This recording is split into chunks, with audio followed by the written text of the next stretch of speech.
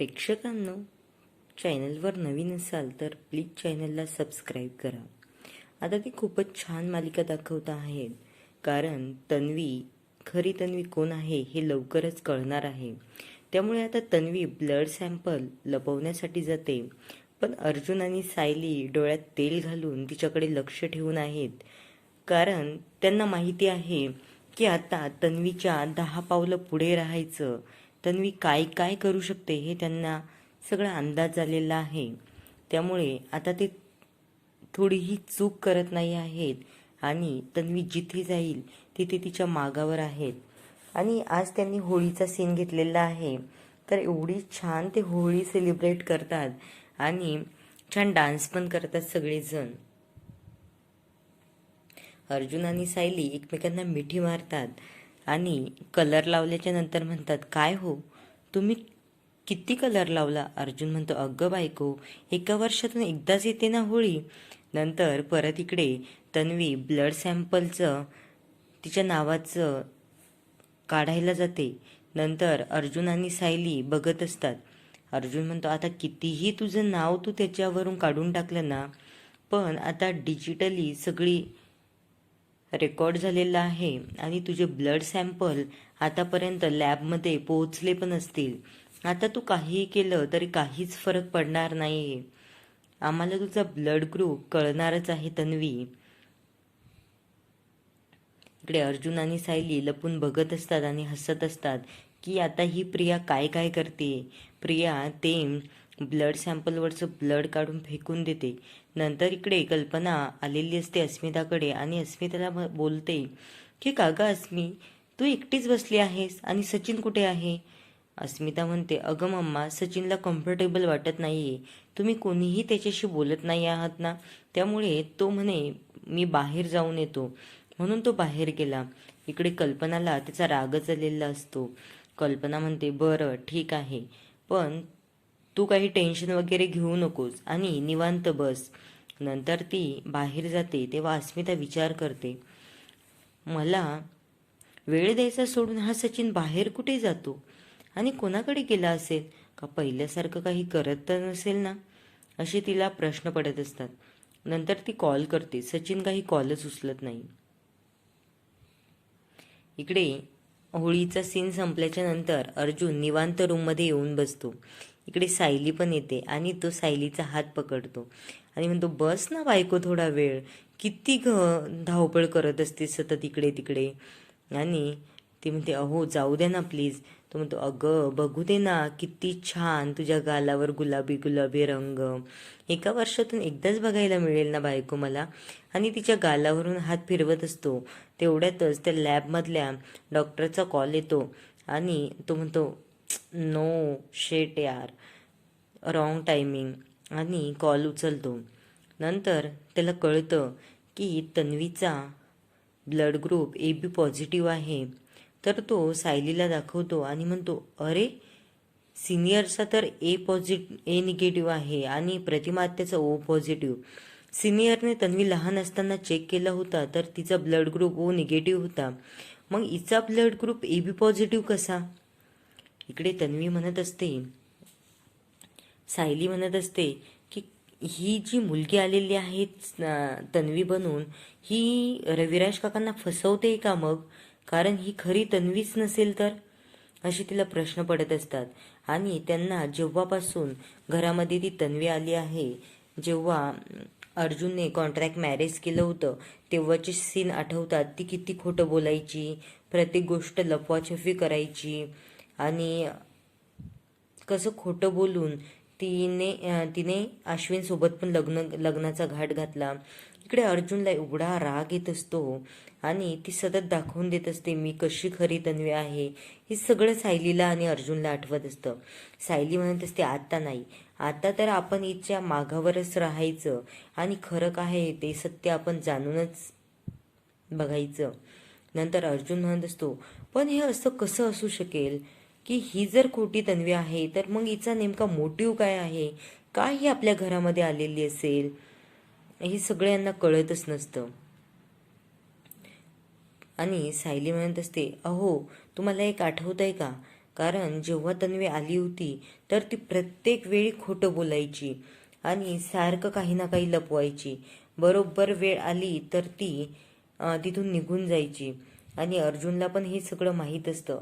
अर्जुन पण होकार देतो आणि म्हणतो, हीच जर आता खोटी तन्वी असेल ना तर हिला आत्ताच्या आत्ता घराच्या बाहेर काढू. आणि सायली म्हणत असते, अहो थांबा, तुम्ही आता सगळ्यांना काय दाखवणार घराच्या बाहेर काढण्यासाठी की हिचा ब्लड ग्रुप AB पॉझिटिव्ह आहे. त्यासाठी आपल्याला आधी ठोस पुरावा शोधावा लागेल. इकडे रात्र झाल्याच्या नंतर सगळे सुभेदार बसलेले असतात. कल्पना म्हणते, खूपच थकायला झालं ना, आपलं वयही नाही पण या मुलांमुळे ही होळी वगैरे खेळावं लागतं.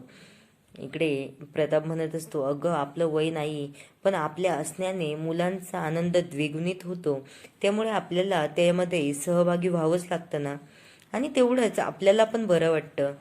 कल्पना म्हणते, तेही अगदी खरंच आहे. आणि सगळेजण खूप आनंदी असतात.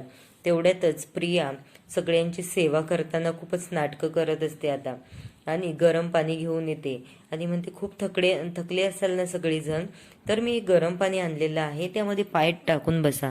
इकडे कल्पना नाही म्हणत असते. प्रताप म्हणत असतो, जाऊ दे ग, आणलं तर घे आता. आणि त्या पाण्यात पाय टाकून बसल्यामुळे पूर्ण आजीला पण खूप छान वाटत असतं. पण त्या कोणीच प्रियाचं कौतुक करत नाही. अश्विनला इकडे खूप राग येतो.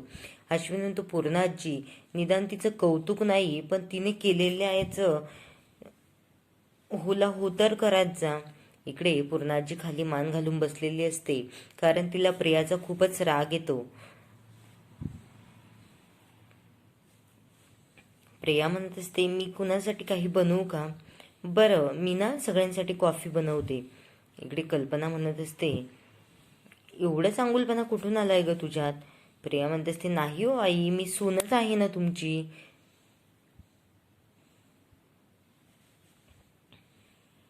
मग माझे कर्तव्यच आहे ना ते, त्यामुळे मी सगळं आनंदाने करते, सगळं आपल्या घरच्यांसाठी. आणि अश्विन म्हणत असतो, काय हो तुम्ही सगळे, प्रिया एवढी चांगली वागतीये, सगळ्यांसोबत किती किती करते सगळ्यांचं आपण होऊन, नाही तिला कुणी सांगितलं तरी करायला जाते. मग तुम्ही सगळे असे का वागताय तिच्यासोबत, मला हेच कळत नाही. इकडे विमल येते आणि विमल म्हणते, पूर्णाजी, सायलीताईंना काही सांगायचं आहे का? मी वरती चालले आहे. पूर्णाजी म्हणते, नाही ग, तिला करू दे आराम. नंतर सगळेजण गप्पा मारत असतात आणि प्रिया म्हणत असते, उद्याच्या जेवणाची तयारी पण करून ठेवते थोडीशी. लगेच इकडे अर्जुन आणि सायली खाली येतात. त्यांना बाहेर जायचं असतं कारण त्यांना ते ब्लड सॅम्पल घेऊन डॉक्टरांना भेटायचं असतं.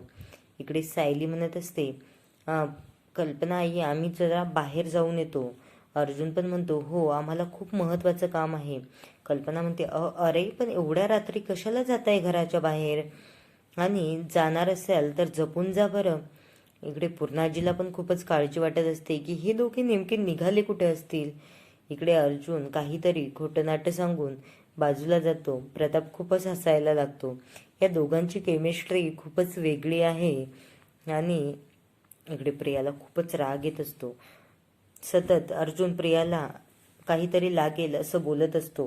प्रियाला असं वाटतं की यांना काही संशय तर आला नसेल ना माझ्यावर, सारखा अर्जुन माझ्याकडे बघतोय काय आणि काहीतरी असं उद्देशून बोलतो, त्यामुळे यांना कळलं तर नसेल ना माझा ब्लड ग्रुप वगैरे, पण मी तर ते सॅम्पल वगैरे चेंज केलं होतं. असे तिला खूपच प्रश्न पडत असतात आणि ती सगळ्यांसाठी कॉफी बनवून घेऊन येते. अर्जुनला पण म्हणते की तुला घ्यायची का कॉफी? अर्जुन म्हणतो, नको, काहीच नको मला तुझ्या हातचं. इकडे आता अश्विन आणि अस्मिता आणि सचिनचा सीन दाखवला आहे. सचिन आल्याच्या नंतर अस्मिता थोडी चिडते आणि म्हणते, काय रे सचिन, आज होळीचा कार्यक्रम होता, तू नव्हता तर मला होळी खेळण्यात काहीच इंटरेस्ट आला नाही. तू असता तर किती छान झालं असतं ना सचिन. सचिन म्हणतो, अगं पण बघ ना, माझ्याशी तुझ्या घरातले कोणीच व्यवस्थित वागत नाही आणि मी कसं थांबायचं होतं, तूच सांग बरं मला. हे सगळे जर माझ्या व्यवस्थित वागले असते तर मी थांबले नसते का? आणि ती म्हणत असते, इकडे प्रिया ऐकत असते त्यांचं बोलणं. ती म्हणत असते, सचिन तुला जर आवडत नसेल ना तर मी रूममध्येच बसून राहते. आपण किती दिवस झाले बाहेर पण गेलो नाही, चल ना कुठेतरी. आता हे सगळं ऐकल्यानंतर प्रियाला अस्मिताचा वीक पॉइंट सापडतो आणि ती म्हणते, हिला या सगळ्यावरून आपण आपल्या बाजूने फिरवून घेऊ शकतो, म्हणजे घरातलं कुणीतरी आपल्या बाजूने असेल असं प्रियाला वाटत असतं. आणि प्रिया हसून म्हणत असते, आत्ता तर मला अस्मिताला माझ्या बाजूने वागावंच लागेल. नंतर इकडे पोहोचतात अर्जुन आणि सायली डॉक्टरांकडे आणि ते ब्लड सॅम्पलचे रिपोर्ट आलेले त्यांना दाखवतात.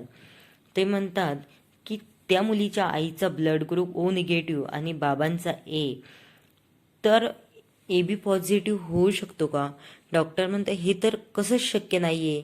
इकडे या दोघांना धक्काच बसतो. डॉक्टर म्हणतो, मुलीच्या मध्ये आईचा ओ किंवा बाबांचा ए जाऊ शकतो, पण AB पॉझिटिव्ह असणं मुळीच शक्य नाही. अशा केसेस कधीच होत नाही. इकडे अर्जुन म्हणत असतो, म्हणजे तुम्हाला असं म्हणायचं आहे की ही AB पॉझिटिव्ह वाली जी मुलगी आहे ती या दोघांची मुलगीच नसेल? डॉक्टर म्हणतो, एक्झॅक्टली मला हेच म्हणायचं आहे. कारण मुलीमध्ये किंवा मुलामध्ये आईवडिलांचा पॉझिटिव्ह निगेटिव्ह किंवा त्यांचा जे ब्लड ग्रुप आहे तोच येत असतो. इकडे अर्जुन आणि सायली खूपच धक्का बसतो की हे काय आहे, हे असं तन्वीने का केलं असेल, ही खरंच खोटी तन्वी आहे का, हे प्रश्न त्यांना पडत असतात. आणि अर्जुन आश्चर्याने सायलीकडे बघत असतो की सायली हे काय ऐकतोय आपण, डॉक्टर म्हणतात हे तर कसंच शक्य नाही आहे. अर्जुन आणि सायली बाहेर जातात तेव्हा अर्जुन खूपच चिडतो. आत्ता तर मी तिला घराच्या बाहेर काढल्याशिवाय राहणारच नाही सायली, कारण ना तिने एवढं फसवलंय आपल्या सगळ्यांना, अजूनही फसवते रविराज काकांना आणि प्रतिमा आत्याला, परत आपल्या अश्विन माझ्या भावाला फसवून तिने माझ्या भावाशी लग्न केलं. अर्जुन इकडे खूप चिडलेला असतो, खूप म्हणजे खूप त्याला वैताग आलाय त्या प्रियाच्या या सगळ्या गोष्टींचा. इकडे प्रतिमा, सुमन आणि रविराज बसलेले असतात. सुमन म्हणते, भाऊजी आपण पूर्ण आईच्या सांगण्यावरून काल इथे थांबलो, पण आज आपण आपल्या घरी जाऊया. रविराज म्हणतो, हो जाऊया. इकडे पण प्रतिमाचं काही लक्षच लागत नसतं. प्रतिमा, हे दोघं बोलत असताना प्रतिमा तिच्याच विचारामध्ये असते. नंतर सुमन म्हणते, वहिनी काय झालंय, काय विचार करताय? आणि रविराज पण म्हणत असतो, का ग प्रतिमा, बरं नाही का तुला? प्रतिमा म्हणते, बरं आहे, पण मी या गोष्टीचा विचार करत आहे की तन्वीने ब्लड द्यायला का नाही म्हटलं असेल. स्वतःची आई असताना ती कशी आणि कुठूनही आली असती, पण ती का आली नसेल याचेच प्रश्न मला पडतायत. आणि अशी मुलगी असू शकते का कुणाची? स्वतःची आई एवढी संकटात आहे आणि तिला ब्लड द्यायचं नाही, काहीतरी असे कारणं द्यायची की जे कुणाला पटणारही नाही. सुमन म्हणत असते, जाऊ द्या हो ताई, कारण ना आपण पहिलीपासून बघतोय ती तन्वी विचित्रच वागते. आपण तिला कितीही समजवायचा प्रयत्न केला तर तिच्यावर आपण चांगले संस्कारही करू शकलो नाही, त्यामुळे हे सगळं आज आपल्याला भोगावं लागतंय. इकडे रविराज पण म्हणत असतो, त्या मुलीचं नावही माझ्या समोर घेऊ नको, मी तिला कधीच माझी मुलगी मानणं सोडून दिलेलं आहे. इकडे सुमन म्हणत असते, हो ना भाऊजी, सायलीच तुमची खरी मुलगी शोभते. आपण पहिलीपासूनच म्हणायचो ना की सायलीच जर तुमची मुलगी असती तर. इकडे अश्विन प्रियाला थोडंसं लाडात येत असतो आणि म्हणत असतो, किती करतीस ग प्रिया सगळ्यांसाठी. प्रिया ते डायरेक्ट मिठीत येते आणि म्हणते, आता याचं मन जिंकायचं कसं हे तर मला कळलं आहे. थोडंसं पुढे पुढे केलं की हा लगेच माझ्याकडे येतो. नंतर त्याला एका वकिलाचा फोन येतो. तो फोन अश्विन उचलतो. अश्विनला तो वकील म्हणतो, तन्वी सुभेदार, तुम्ही ज्या फाईल आणून दिल्या होत्या, पण आज तर दुसरेच काहीतरी पेपर्स आहे यामध्ये. आणि लगेच तन्वी फोन घेते. आणि नक्कीच हा भाग आवडला असेल तर चॅनलला प्लीज सबस्क्राईब